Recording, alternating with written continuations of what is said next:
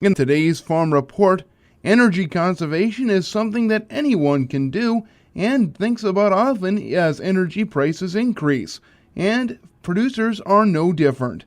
Emily Wilmis with the University of Minnesota Extension Service Office shares some practical tips, tricks, and other advice that producers can use to try and get energy conservation credit. If you are a livestock producer that is interested in money-saving energy options for your farm, Extension has a great event coming up for you. There will be a workshop on energy savings with Extension's Clean Energy Resource Team on November 19th from 2 to 4 in Buffalo. The workshop will be held at the Wright County Government Center, located at 10 2nd Street Northwest in room 120.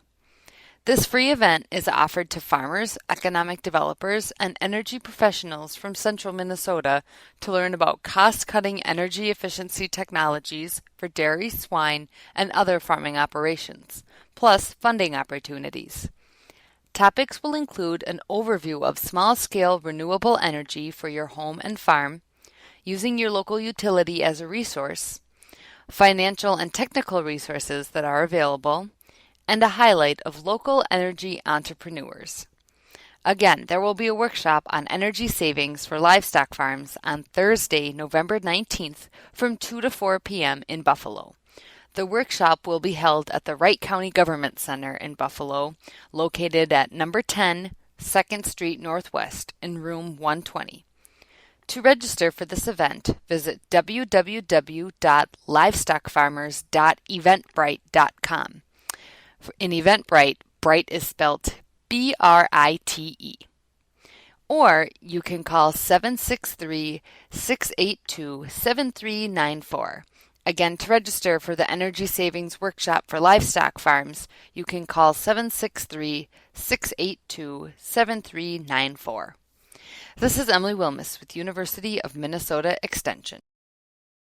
Nationally, we've got a pretty big corn crop being brought in, but growers in some areas from central Missouri to northwest Ohio did have too much moisture. You've got that band through there where people have really struggled with crops this year, and they're going to have some disappointing yields all through there. But USDA grains analyst Jerry Norton says that has brought corn prices up higher than expected in some areas. You've got some very strong basis levels, particularly those parts across central Illinois and these parts affected into Indiana, where you're really going to have people where processors are going to struggle to find supplies. And of course, those areas in Indiana and Ohio also supply the mid-Atlantic and the southeast feed markets, and those buyers down in there are going to have to pay some prices they wouldn't have expected given the size of the crop nationwide, because they're going to continue to have to source out of some of those areas where supplies are going to be tight this year. Norton says we're looking at corn prices around $3.60 a bushel right now. That's about half a dollar more than this time a year ago. Gary Crawford for the U.S. Department of Agriculture, Washington. It's harvest time here in central Minnesota, and that means to be on the lookout for possible dangers around the farm, and that includes playing in gravity bins or grain trucks and the possibility of being suffocated. Emily Wilmis with the University of Minnesota Extension Service Office shares some tips and advice on how to minimize the possibility of getting caught in a possible life-threatening situation. I was shocked and heartbroken when I heard about a farm accident last week that tragically left 3 sisters in Alberta, Canada, dead. Although the exact details of the accident are unknown, the 3 girls were on a grain truck full of canola and then buried and suffocated by the seed. This really hit home for me as I thought of all the times my sister and I played in gravity boxes full of corn when we were little girls. As farm kids, that was a part of our lives, and we loved playing in the corn during harvest. We only thought about the fun, never the danger. On average, nearly a dozen people are killed each year in the U.S. in grain entrapment incidents. Flowing grain is dangerous and behaves much like quicksand. In 4 seconds, a full-grown adult can sink knee-deep from the suction of flowing grain. In just 20 seconds, they can be completely buried. So, what are some safety precautions we can take to prevent grain-related incidents? First, manage grain to prevent spoilage. The most common reason people enter bins is to address problems associated with spoiled grain. To reduce the chance of grain spoilage, maintain aeration equipment in working order and check the structure to identify and fix roof leaks. Also, store grain at the correct moisture content and temperature to prevent conditions favorable for grain to spoil. Second, work from outside the bin. If clumps or crusts develop in the grain, use a pole from outside the bin to probe or knock the clump free. Restrict access to bins, storage structures, and outdoor grain storage piles. Post signage and lock access doors so unauthorized people, bystanders, and youth cannot enter. Third, create a safe environment for you and anyone working on your farm. Provide training to all employees on the dangers of grain handling and what the safety precautions are. Have an emergency rescue plan in place and make sure all employees know what it is and what they need to do if it is put into action.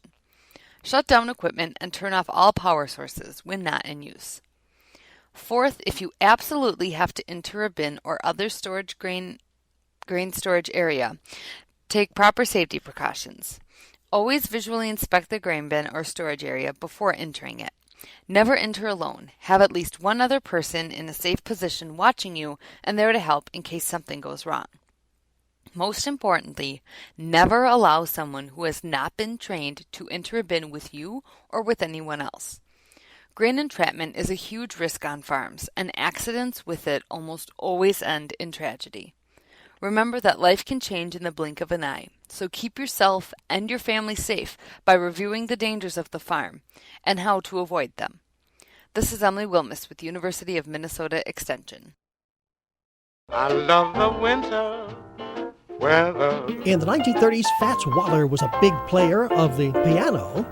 This winter, we expect El Nino to be the big player in the weather forecast. A little bit of a stretch there to connect that, but Agriculture Department meteorologist Brad Rippey says the National Weather Service has released its winter forecast, and Rippey says based on past El Nino years, you get some winter possibilities such as Wet across the south, from Southern California through the Gulf Coast region, extending a bit northward through the Central Plains. Dry conditions would be expected along with warmth across the entire nation's northern tier, with the greatest likelihood of dry conditions across the interior Northwest and parts of the Midwest. So places like Boston that got buried with snow last winter may get less of it this time. The winter also likely to bring drought relief to California, but Rippey says this U.S. winter forecast is, as always, more of a probability thing than a sure bet. Your results may vary. Gary Crawford for the U.S. Department of Agriculture, Washington.